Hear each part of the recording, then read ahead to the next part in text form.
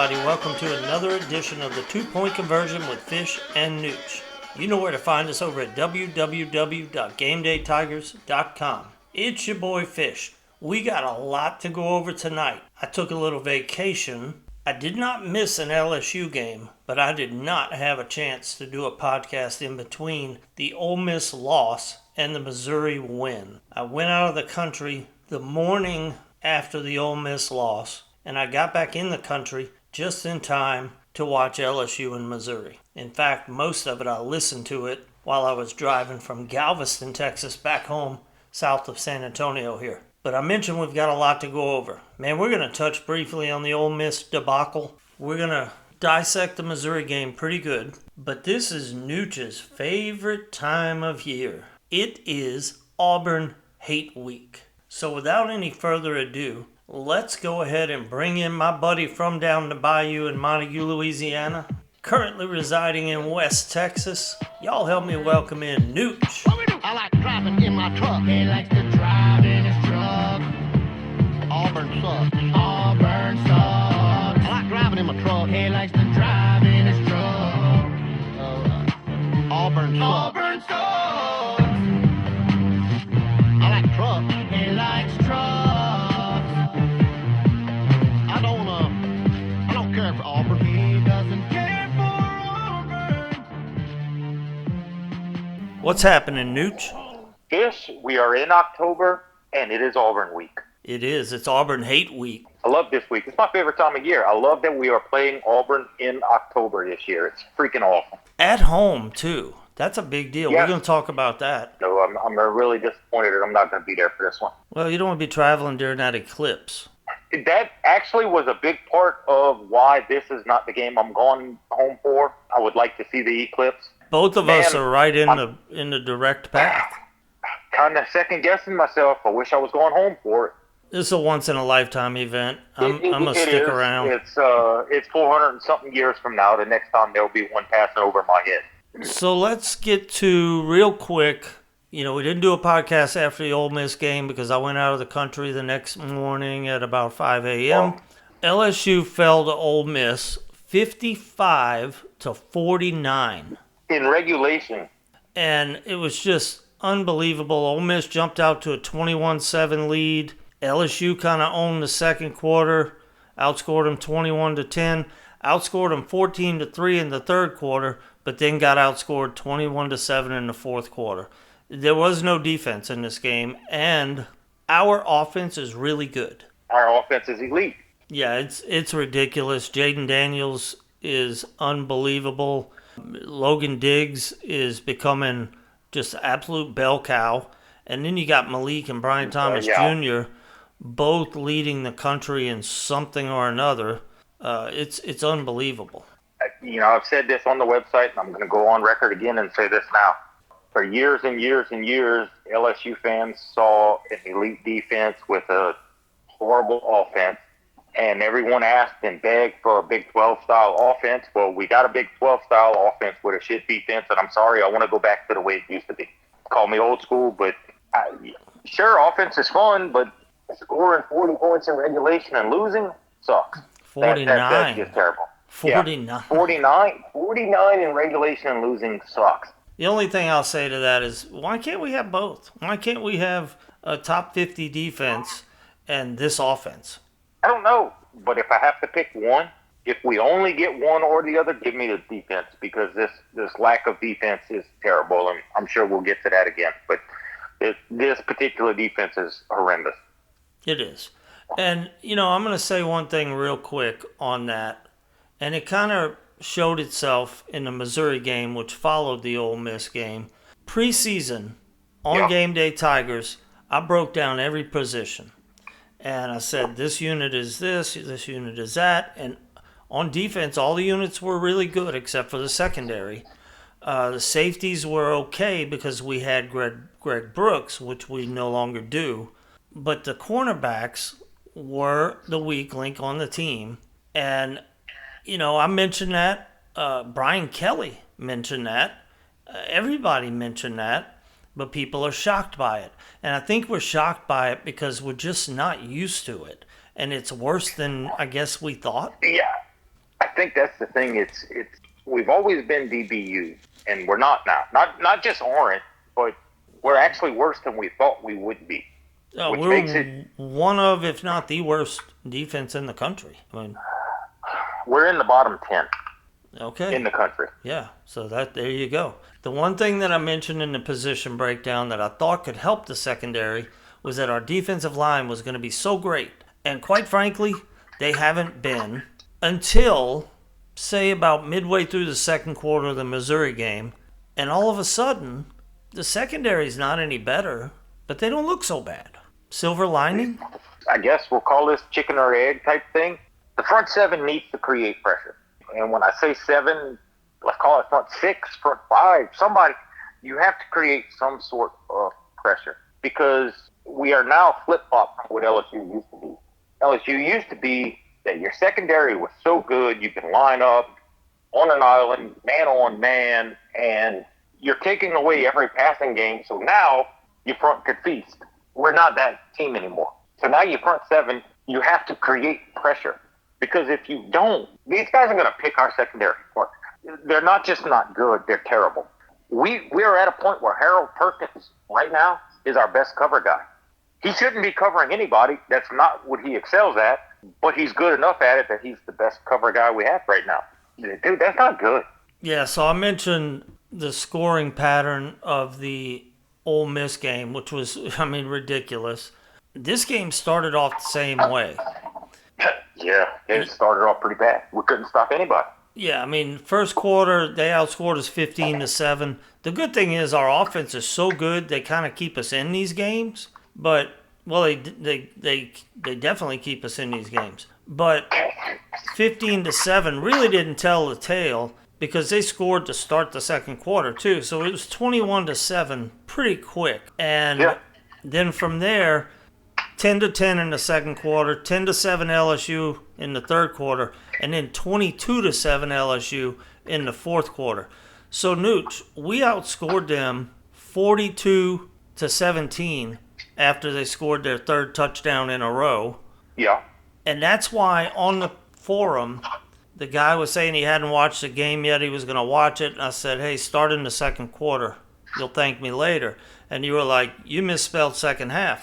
I'm like, honestly, I didn't. I knew what I was talking about. There got to be some drama. Start in the second quarter, see them score, and then see us outscore them 42-17 to close it out. Yeah, I get it. But, in the second quarter, and numbers-wise, it looks good. But outside of one pass, the second quarter wasn't a very good defensive quarter either. No, it was a little better because they didn't score touchdown. They scored touchdown, field goal, and then that was halftime. And we had the interception in the middle, the Harold Perkins pick. That was beautiful. Honestly, it was. Like I said, Harold Perkins is our best cover guy. Think about this. We had Harold Perkins covering Burden. Burden was literally the best wide receiver maybe in the country, the SEC, stat-wise. He's up there. And we had Harold Perkins covering him. Shit, and he did a hell of a job. And I sent you pictures because you were driving at the time and you were listening on the radio and asking me about coverage. And I'm like, I'm taking pictures, and it was almost as if our DBs could see the yellow line on the TV, where's the line to gain for first down, and would line up 2 yards beyond that. I don't know what to do with House right now.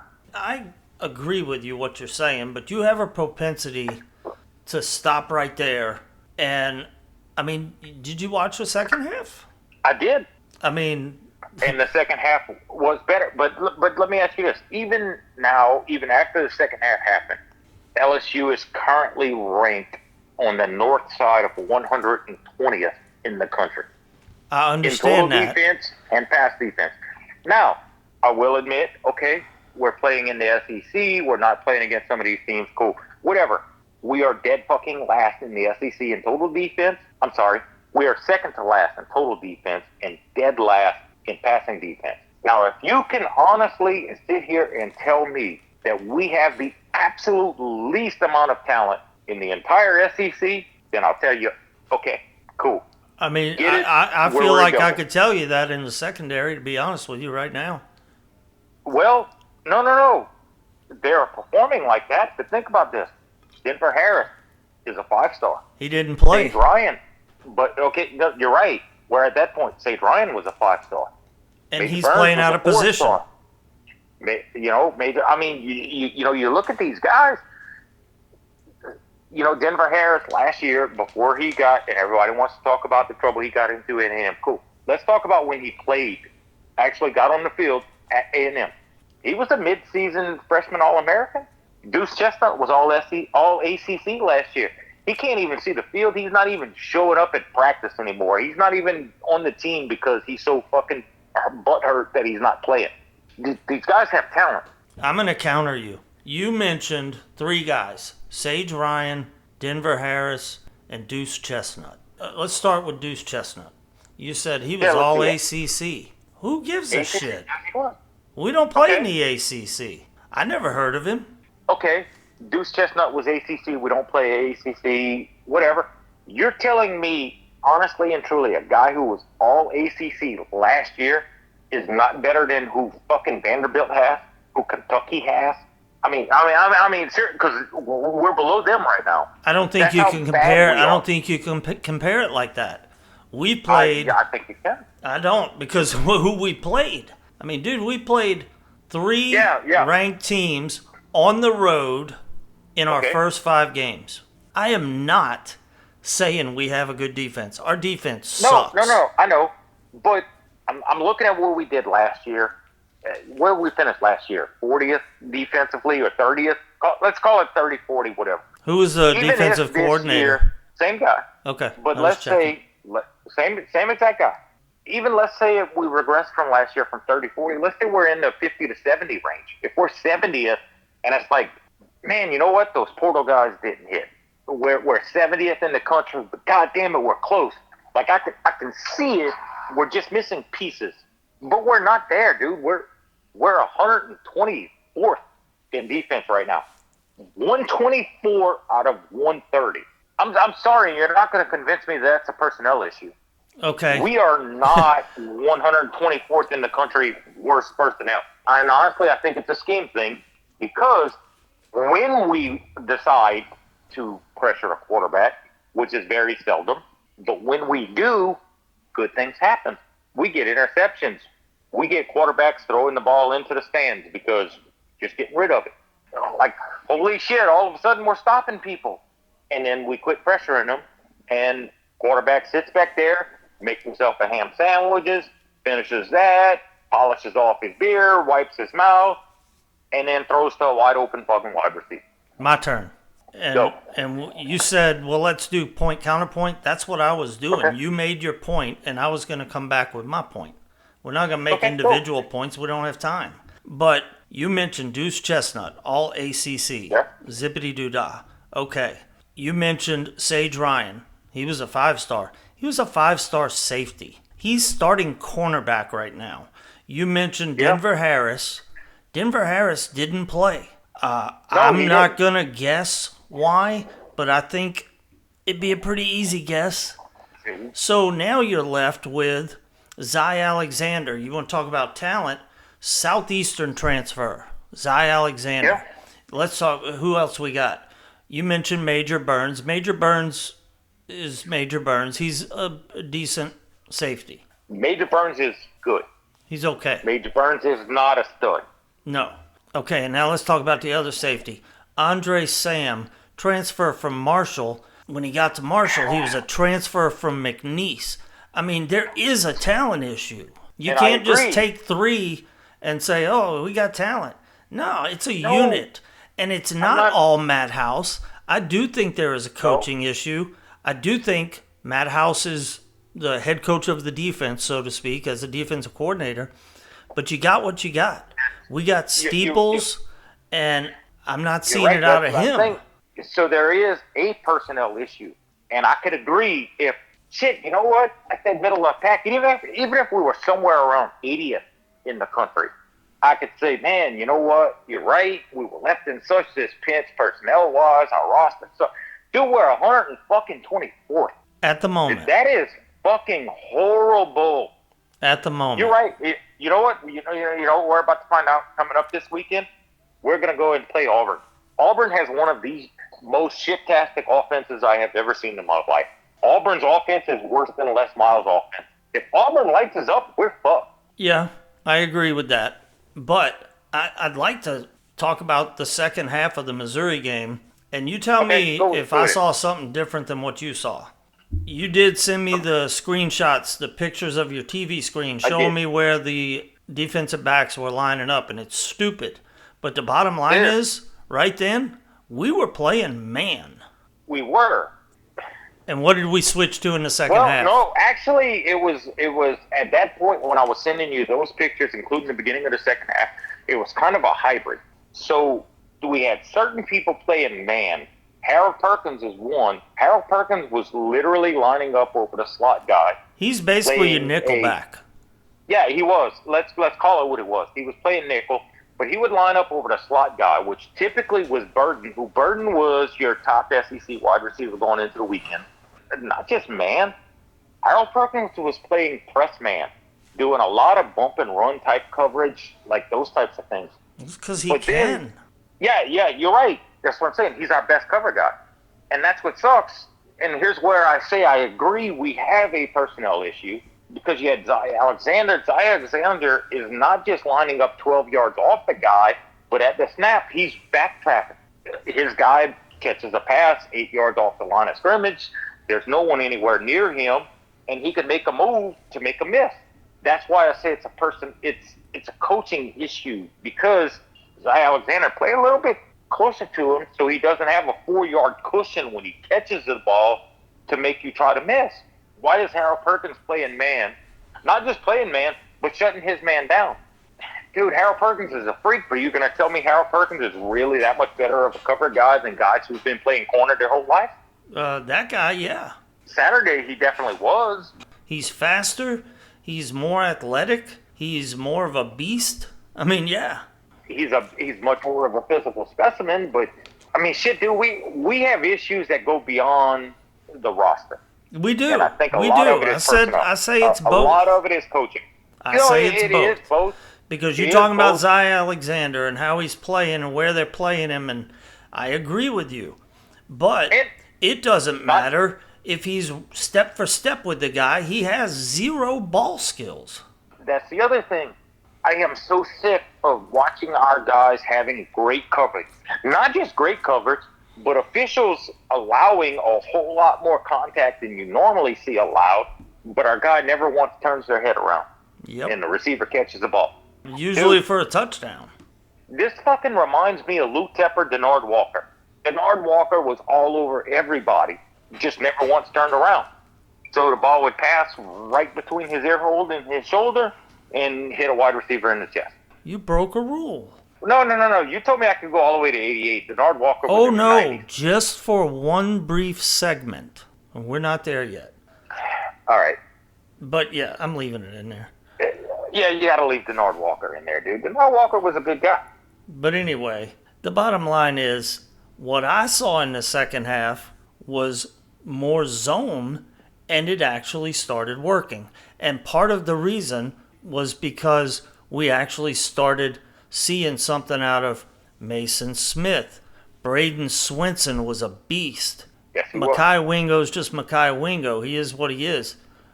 Those guys started getting pressure, like you said, and that helps the secondary. So it's basically exactly what we said. It's just a lot worse in the secondary than what we said, and the defensive line wasn't as good as what we thought they were going to be early in the season. Or we could do this really, really weird, strange thing where we adapt based on who we're playing against. Well, I mean, I know we did on the offensive side. Let's go ahead and run through the offensive side real quick. We did it on the offensive side. Because we definitely did it on the offensive side.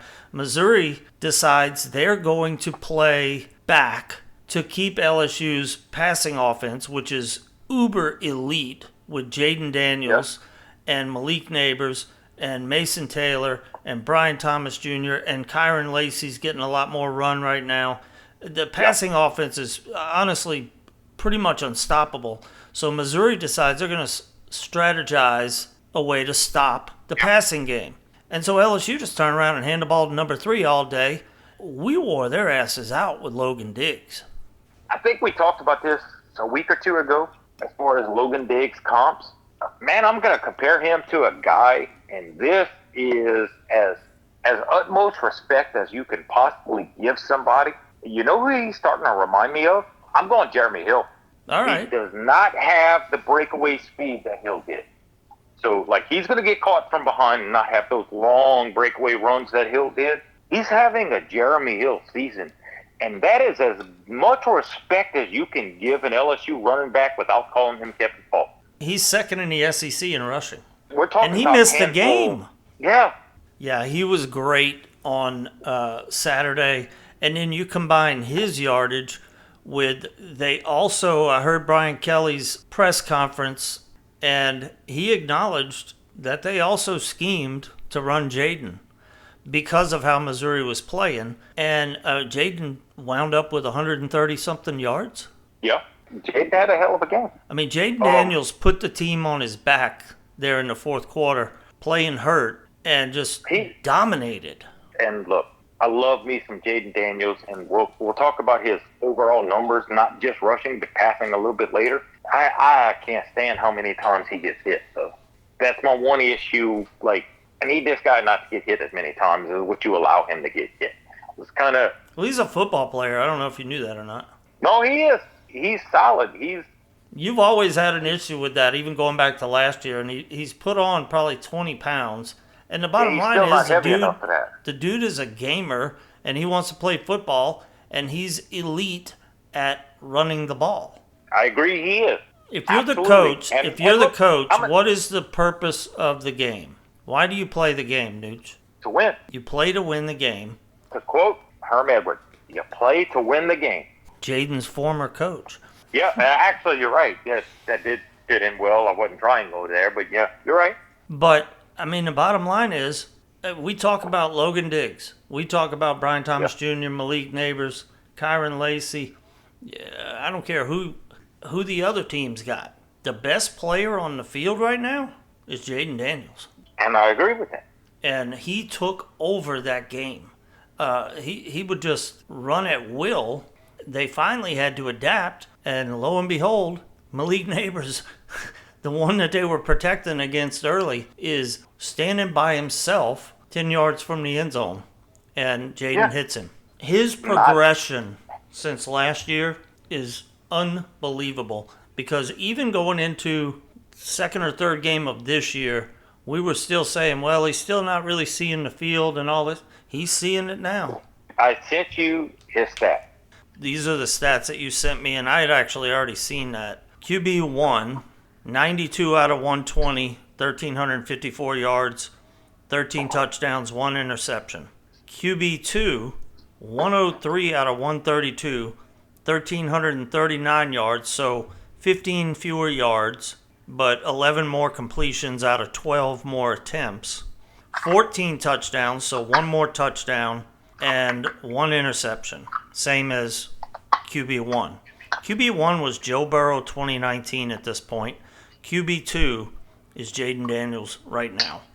And people, including us, said, we can't compare, just forget 2019, take that off the table.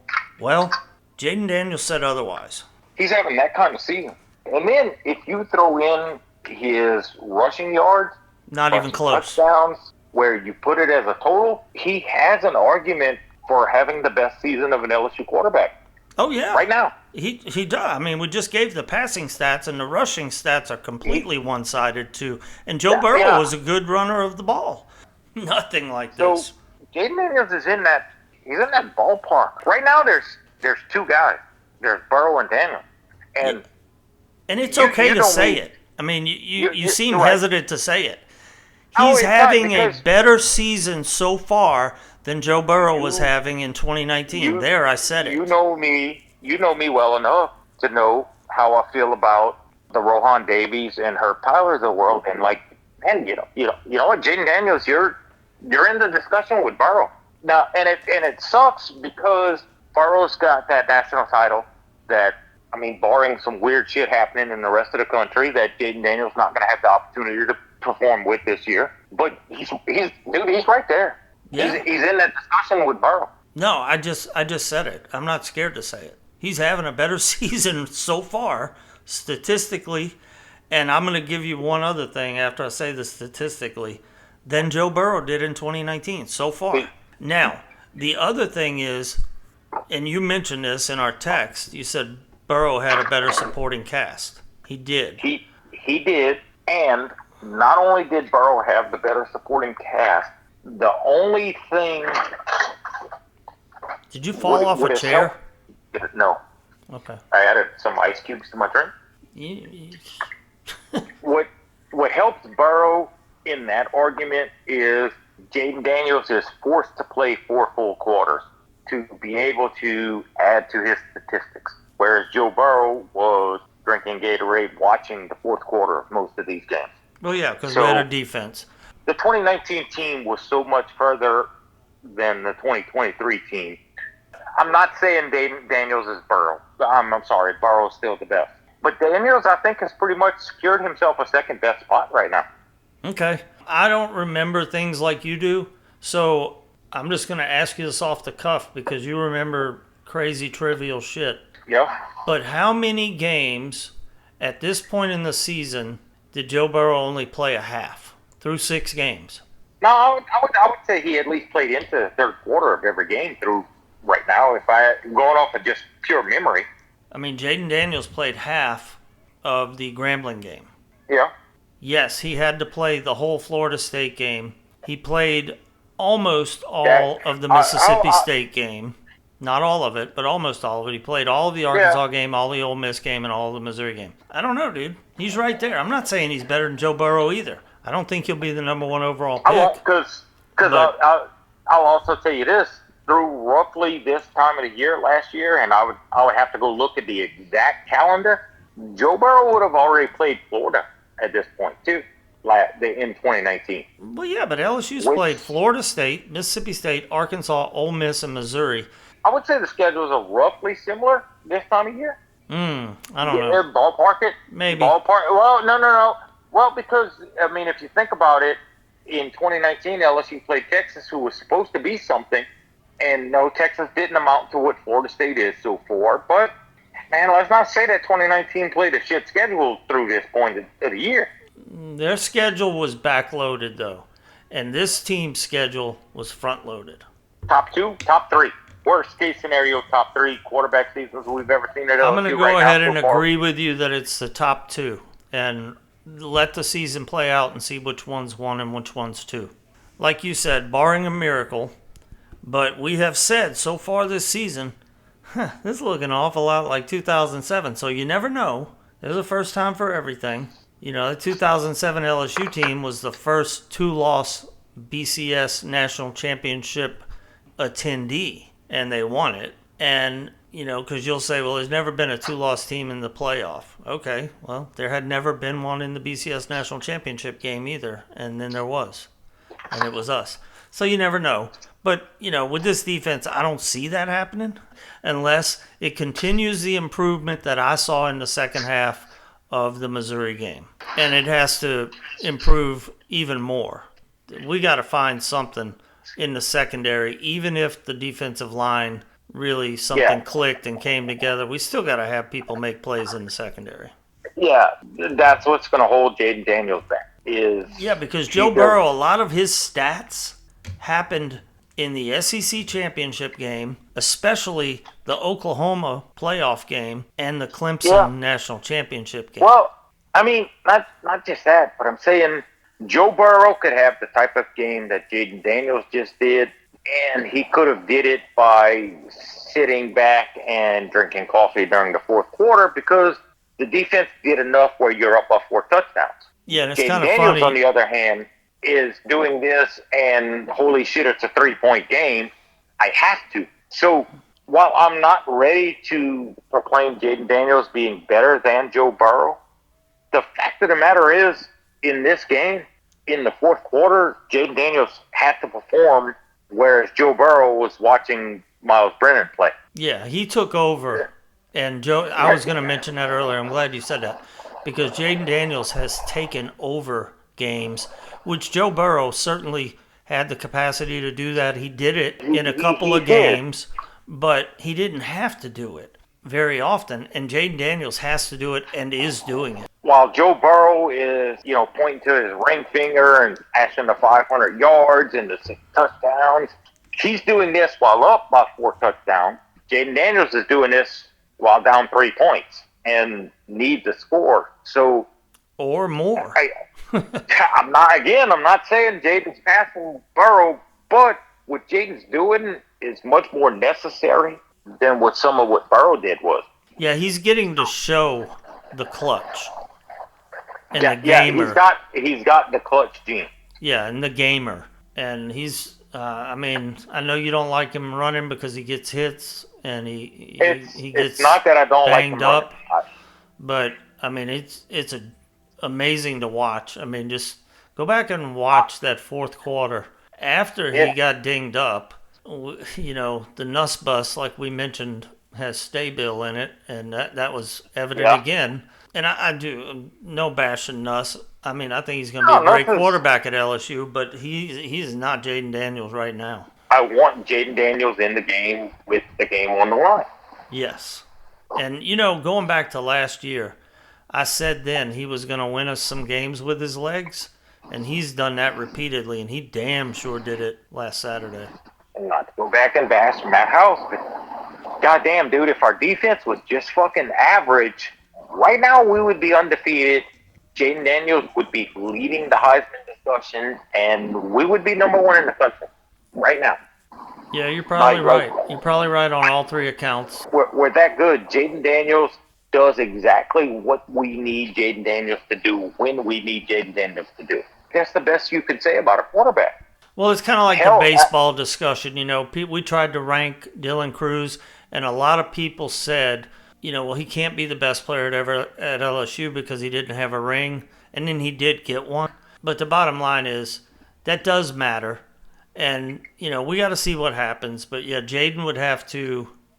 He'd have to win the Heisman, and he'd have to win a championship to surpass Joe. I agree. The thing is, I think Jaden Daniels has gotten himself to the point where he's in that top 2 discussion. He's kind of in that spot where like a Rohan Davey or a Tommy Hoxton is, and you have to understand that the rest of the team wasn't capable of winning a title. So that's why they're as elevated as they are, and that's why those guys pass up, let's say, Jamarcus Russell. Jamarcus Russell, from a talent standpoint, is probably the most talented quarterback we've ever had. But he didn't do these things these other quarterbacks did. That's why these other quarterbacks passed him up. And I think Daniels is at that point now where he passed up Rohan. I don't really see a way where his career could end with Rohan still being ahead of him. And you knowing me as well as you do, that's as complimentary as you could be. Yeah, and I'm the same with you. I love Rohan too, and up until Burrow, that was my favorite LSU quarterback ever. I just find it funny that you're so hesitant to say it because I know how much you love Rowe, and that's why you're being hesitant. But it's not close, Newt. No, it's not.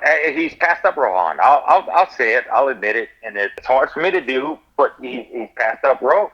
Let's get to the game we got coming up. It's your favorite time of year. I mentioned that. It's Auburn Hate Week. I want to give you your time that I promised you.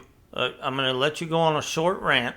Okay. And in this rant, you may go beyond 2007, 2005. You can go all the way back to 1988.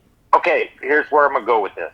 Typically, this would be as anti-Auburn as we can go. But instead, I'm going anti-SEC.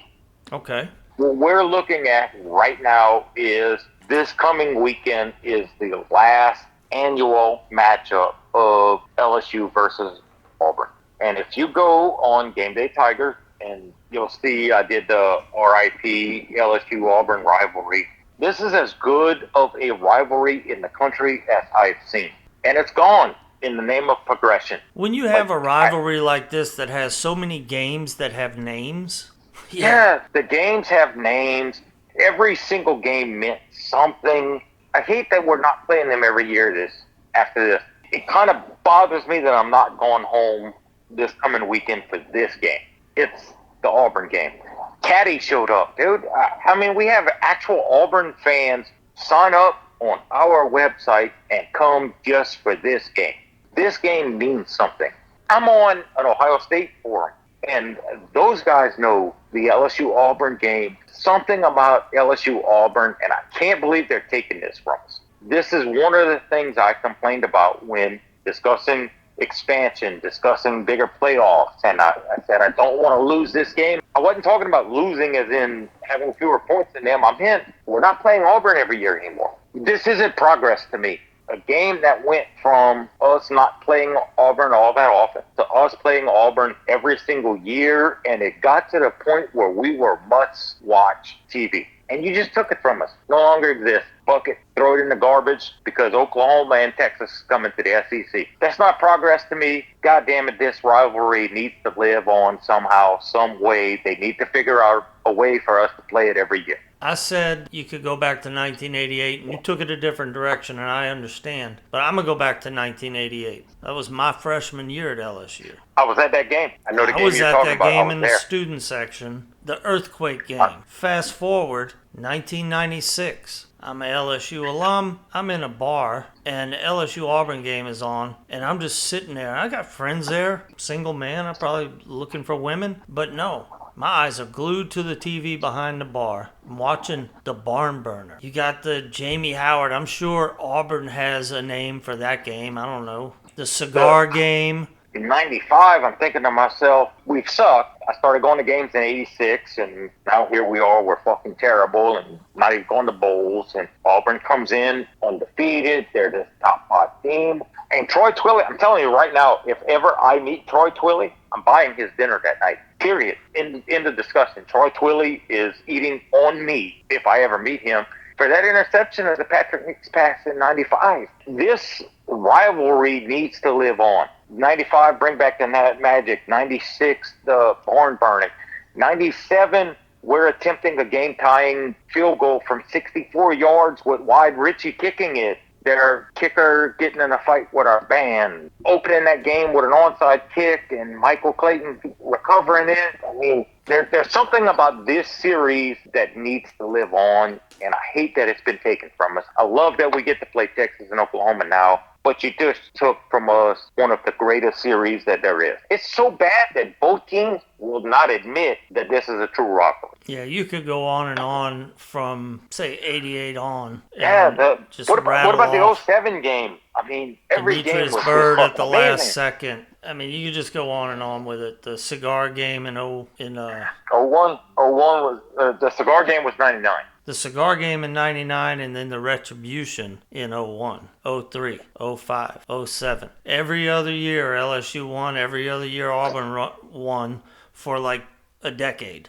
It's just that kind of series. The home team always won for like a decade. It was so bad. I mean, we already gave Caddy a shout out, but the dude comes to our website specifically for this game. This is what college football is. One of the reasons I love college football is rivalries like this one. There is so much hatred, we're not even going to admit to each other that there's hatred there. Like, not going to give you the credit to acknowledge that I hate you. God damn, I hate you. In the same manner that we talked about the season so far, I thought it was funny. Caddy said on GameDayTigers.com, y'all aren't going to score 40 on us. I responded to him and I said, if we don't score 40, we're going to score 38. The problem is, as bad as your offense is, I'm not sure we can stop you. Yeah, and their offense is shit. This is going to be, you mentioned it, kind of telling. If Auburn can run up and down the field on us, then I'm going to say there may not be hope for the rest of the season. But I just have a little hope right now off of what I saw in the second half of the Missouri game with the defense. Hope a Denver Harris can play, get his head on straight, and play the rest of the season with no issues. I mean, he's our most talented cornerback, without question. And then somebody else has to step up. I mean, we played everybody. We played my man crush Ashton Stamps, played LaTerrence Welch. Everybody has said, oh, why don't you play this freshman or that freshman? Yeah, we've tried everybody. Somebody's got to step up. It may be a Ryan Yates, but he's safety again. We need somebody. Sage Ryan doesn't need to be playing cornerback. He doesn't need to be starting cornerback at LSU. I'm sorry. At the same time, this is the LSU Auburn series. There is going to be something ridiculous will happen. I don't know what it'll be. If this game was happening at Jordan-Hare, I would tell you the ridiculous thing would be like purchasing of referee. But since the game's at LSU, there's going to be some kind of weird bounce. Something ridiculous is going to happen that's going to affect the outcome of this game. I hope it's something like the 2015 game where instead of Leonard Fournette, somebody else just goes off and we just dominate. Dude, I'm okay with it being the 95 game and somebody just makes a pick on the last play. Win this goddamn game, dude. Hey, shout out Major Burns. Got him a pick 6 to end the LSU-Missouri game. So not only did LSU win. They covered. Yeah, unbelievable. LSU's a pretty big favorite against Auburn. I think 12.5, 13 points. It's way too high, but we'll see what happens. Auburn's offense is bad, but I don't know what the people that set the lines are looking at with our defense. Our defense is the cure for bad offense. I mean, with a LSU game and a spread of 13, my only assumption is they think LSU is going to win 50-37. Yeah. But according to Caddy, we're not scoring 40 on them. I don't see anybody stopping this offense from scoring.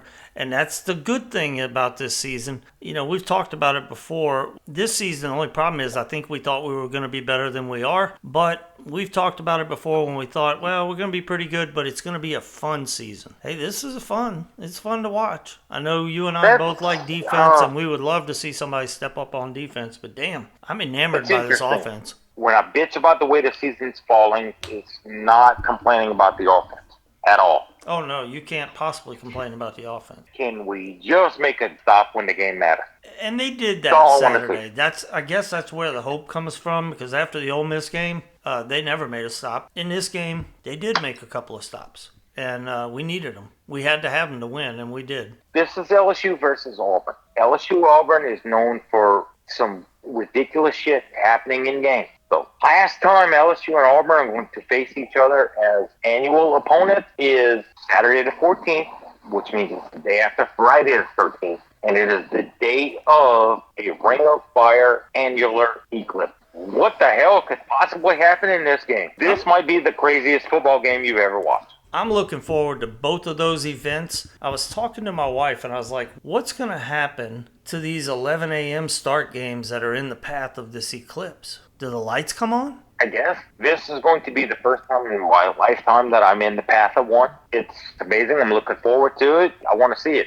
You got your eclipse glasses? Yes, I did. I bought them at the Stripes gas station whenever I bought my breakfast taco. If you're ever in Texas, show up at a Stripes gas station, Laredo Taco Company, Barbacoa, breakfast taco. Awesome. Y'all just come see me and I'll take you to get some real good tacos. I can't endorse that, dude. I just can't. Dude, I'm going to throw this out there. That fucking taco truck we went to with the carne asada, those top handful of tacos I've ever had. Place around the corner from me, those fucking street taco burritos. Oh my God, that's some good shit. I do like street tacos, but you were comparing them to Stripes. I mean, Stripes is not good tacos. Dude, just gonna say, they're good tacos maybe for somebody that lives east of me. At 5:45 a.m., those barbacoa breakfast tacos, pretty good. But yeah, I ordered my Eclipse glasses off of Amazon, and I got like 20 of them. Because not only do we get this eclipse, we get the total eclipse, and I'm in the path of it as well. You're not in the path of that one. But yeah, I'm in 100% for both of them. I'm going to record the eclipse with my GoPro on time lapse. Okay. I'm going to try and do it every 10 seconds. It gets a frame and should be about a 40-second video. Okay. And I hope I don't screw that up because that's, like we said, that's something that happens once every 400 years. Especially the one that's happening this coming Saturday, the annular, that's the one I'm really looking forward to. That Ring of Fire, that's something I can't wait to see. Me too. And I'm in totality for the other one, but I'm actually thinking about spending that one on Padre Island. We need to give one more shout out to Greg Brooks. Yeah, Greg Brooks is my man crush. I said it in our preseason podcast, and I stick with it that he was the most important part of our defense. He had the brain tumor, which turns out to be a rather rare cancerous type brain tumor, and he is bouncing back. I don't know if he's ever going to play football again. Pray for 3. May never play football ever, period. But he's got a big fight. So much of a bigger fight. They're talking about simple motor skills and speaking. He has to learn how to talk. To spin that back around to football, that's not to be understated. That has a lot to do with the issues in this secondary. He was that important, and Nooch said it in the beginning of the season. He said that's the most important guy in the secondary, and we lost him pretty quick. Like I said, he's got a much bigger fight on his hands than what LSU even has with their defense. We've been missing him on the field, and we're not going to get him back this year. And like Newt said, we just need to keep him in our prayers and his family as well. I'm glad he's at LSU because I know LSU is going to take care of him the best they can. Man, he needs our love. He needs our prayers right now. Stick with him and pray for 3. This isn't a joke. Then we talk all kinds of shit about all kinds of opponents. Man, this is serious shit. Some things are just bigger than football, so, that kind of makes me want to just enjoy.